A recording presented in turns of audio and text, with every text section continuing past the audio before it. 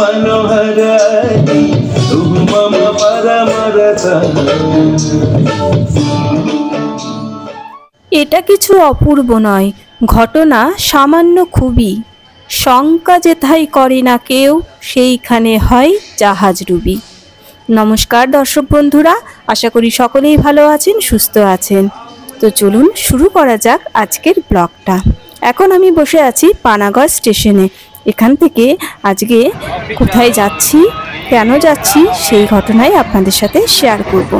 তো এখন বর্ধমান লোকালে আমরা উঠে পড়েছি। আমরা বলতে আমার সঙ্গে আছে আমার বান্ধবী সংযুক্তা এবং এক দিদি ভাই ও দাদা ভাই। তো আমরা বর্ধমান স্টেশনে নেমে পড়েছি এবং এখান থেকে কিনে নিলাম চপ, মুড়ি, বেগুনি। তো এইগুলো একটু খেয়ে আমরা রওনা দেব বর্ধমানে গোলাপবাগের দিকে, যেখানে কিনা হচ্ছে কৃষ্ণসায়র উৎসব।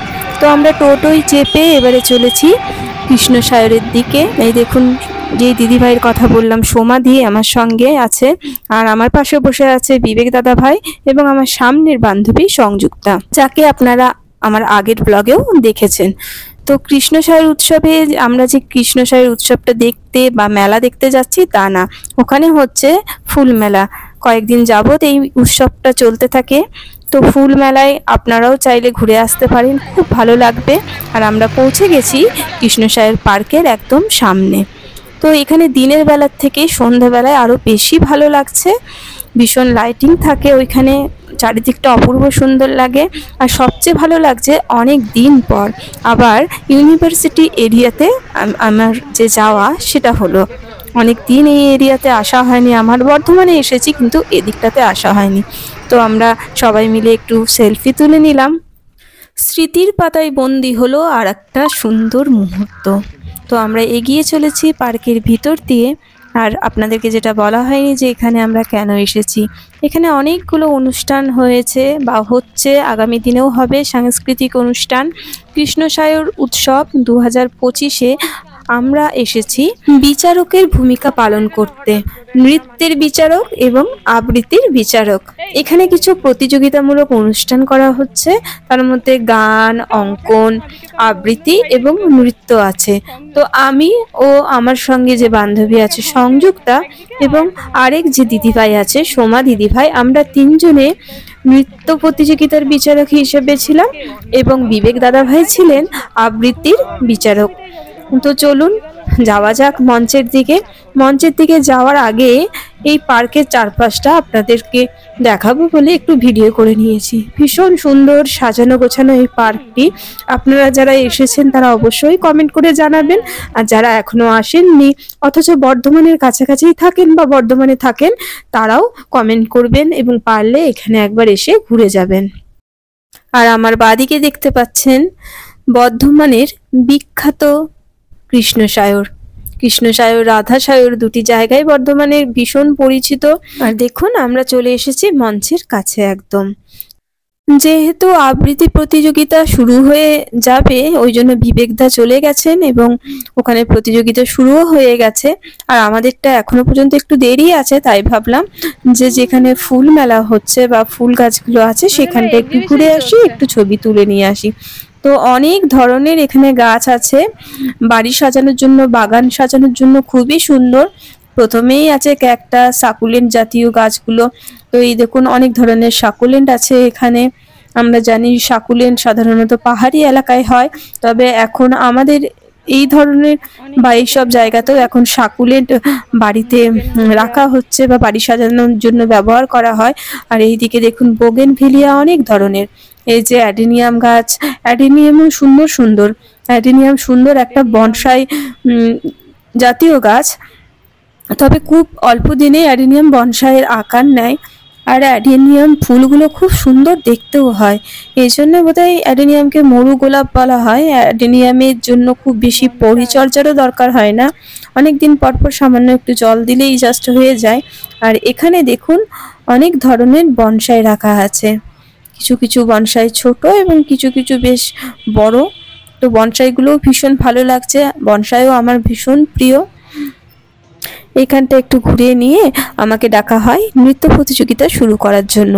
যেহেতু আমি এ গ্রুপের বিচারক হিসেবে ছিলাম এবং এ গ্রুপে অনেক জন প্রতিযোগী ছিল, তাই আমি আগেই শুরু করি এবং আমার এ গ্রুপ হয়ে যাওয়ার পর আমি বি গ্রুপ এবং সি গ্রুপ জয়েন করি, যেটা কিনা প্রথম দিক থেকেই সংযুক্তা এবং সমাধি ছিল। তো ওইখানে আমি পরে যাই আমার এই গ্রুপের হয়ে যাওয়ার পরে।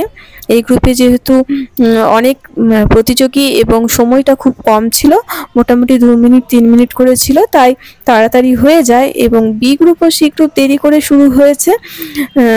তাই আমি যাওয়ার আগে কিছুটা হয়ে গেলেও বেশ কয়েকটা নাচই আমি দেখতে পাই। তো চলুন আপনাদেরকেও একটু একটু করে দেখাই।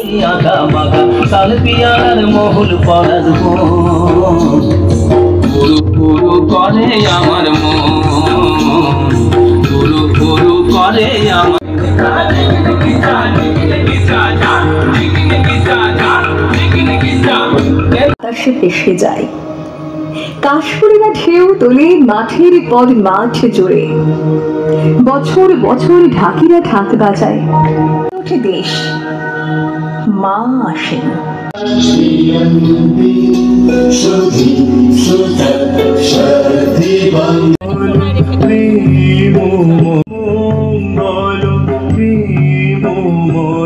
তুমি ধ্রুব জ্যোতি, তুমি তুমি সদা জারধি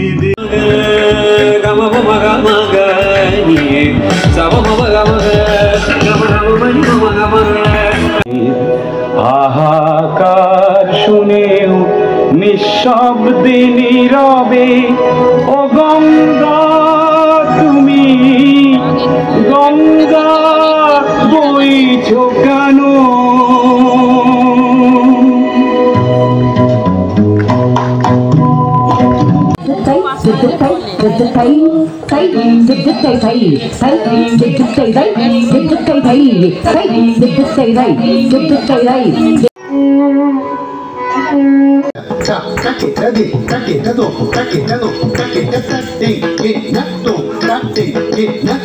সবকটি প্রতিযোগিতায় শেষ হয়ে গেছে আর এখানে দেখুন মঞ্চের উপরে বেশ কিছু হনুমান লাফালাফি করছে।